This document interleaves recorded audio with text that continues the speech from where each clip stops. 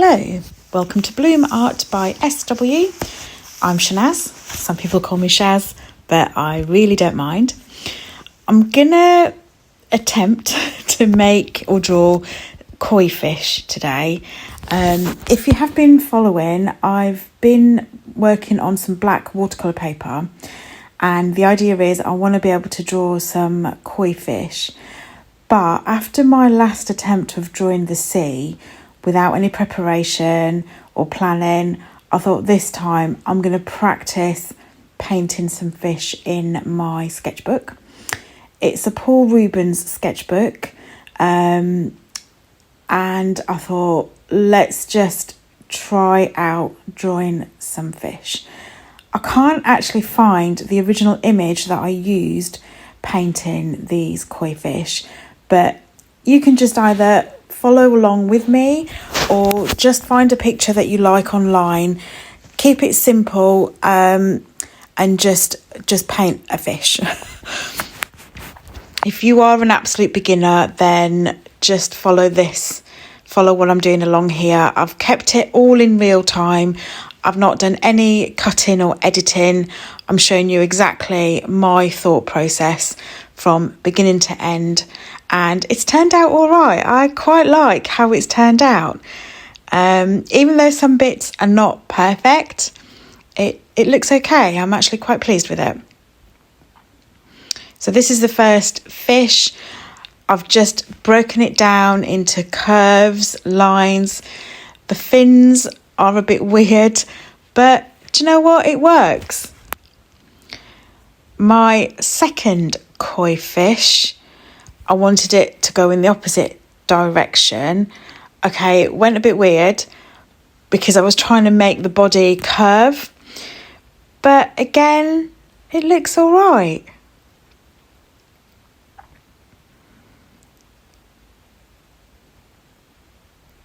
And the tail, what I was trying to do is try and show the thin bits, the translucent bits of the tail. It's quite tricky to capture, and also the movement of the fish as well. So again, it looks okay with the drawing. I'm drawing in pen. I don't draw in pencil. I've taken the advice of someone else that I watched. I can't remember where I watched them, on YouTube or Instagram or TikTok. And they said to draw in pen because you're less likely to draw a mistake, if that makes sense. If you draw with a pencil, you've got the option to rub it out. If you draw with a pen, you can't do that. You have to commit, basically. Whatever you put down, you have to commit. You've done it. You can't erase it unless you get a pen eraser. There are such things, but we don't want to erase it. Good old-fashioned Winsor and Newton watercolours, the Cotman range, the Student Academy range. Absolutely brilliant. If you are a beginner, these paints I highly, highly recommend. They're not too expensive, and I've had this little set for quite a while now.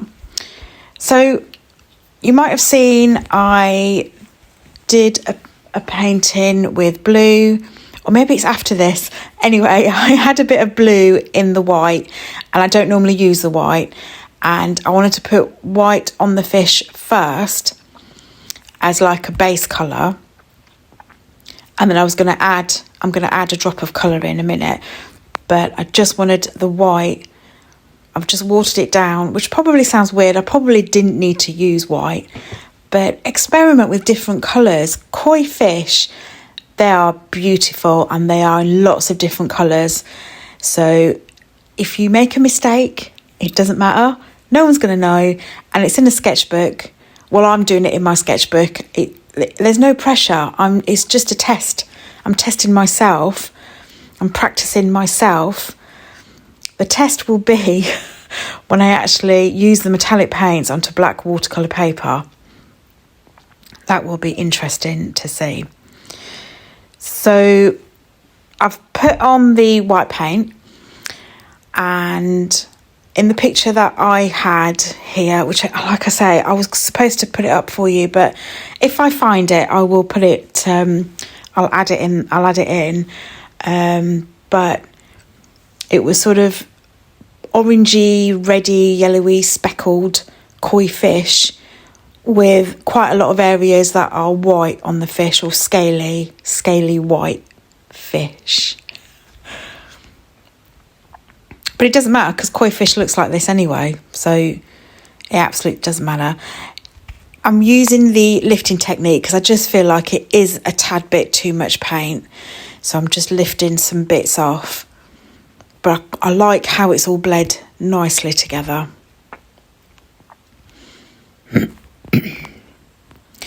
I'm just adding a bit to the tails. Well, tail. They have one tail. Do they have one tail? Anyway, I'm adding the white to the tail and to the fins as well.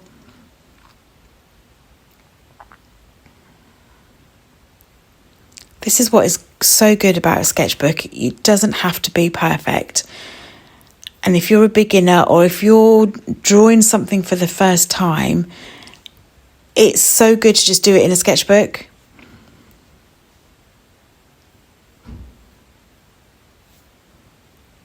So I'm trying to make black, and that's why I'm just using the dark colours just to try and get a little bit of black, because even though the tail is white, I want you to be able to see the tail is white, if that makes sense. And the only way to do that is to sort of paint the shadows or paint the lines in between the tails.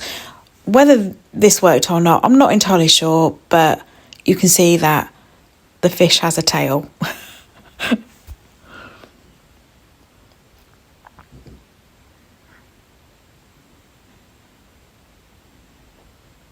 And the same with the fins.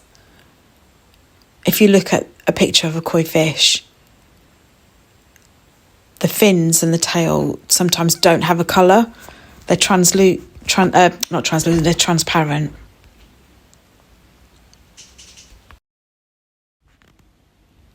The brush I'm using here, this came with the palette. You saw me earlier take it out of the palette. That came with it. It's just a small brush for details. And the other brush I'm using is the Princeton Neptune size 8, and it's just a round brush. And like I say, this is a Paul Rubens sketchbook. It's the first time, well, this isn't the first picture I'm using it, but it's the first time I've had the sketchbook. I've already done some sketches in there. And I'll leave a list of all the materials I'm using in the description box so that you know what it all is. I don't have any affiliates, by the way, so I still recommend Winsor Newton range and the brushes I'm using.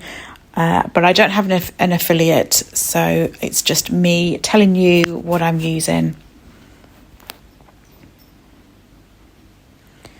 And I'm just doing the white again, and I'm going to add in the drop of colour again in a second and just watch it bleed.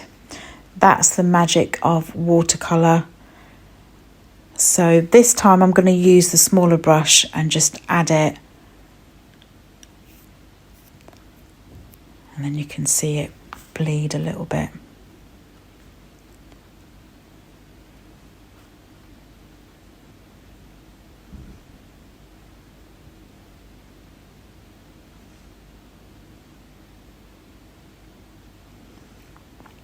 I hope you're liking this. I hope you're finding it useful.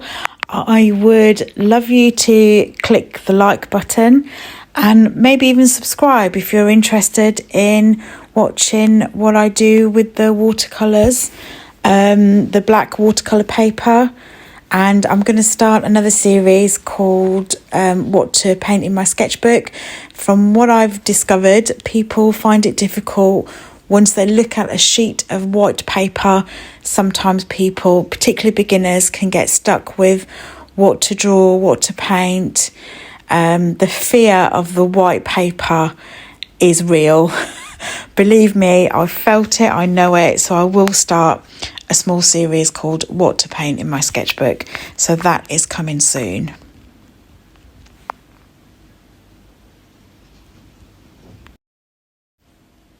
I hope you found this useful. If you are a beginner, let me know in the comments how you got on. Did you follow this process, or did you look at an image online and just pick an image of a fish or anything else, and then did you follow that process?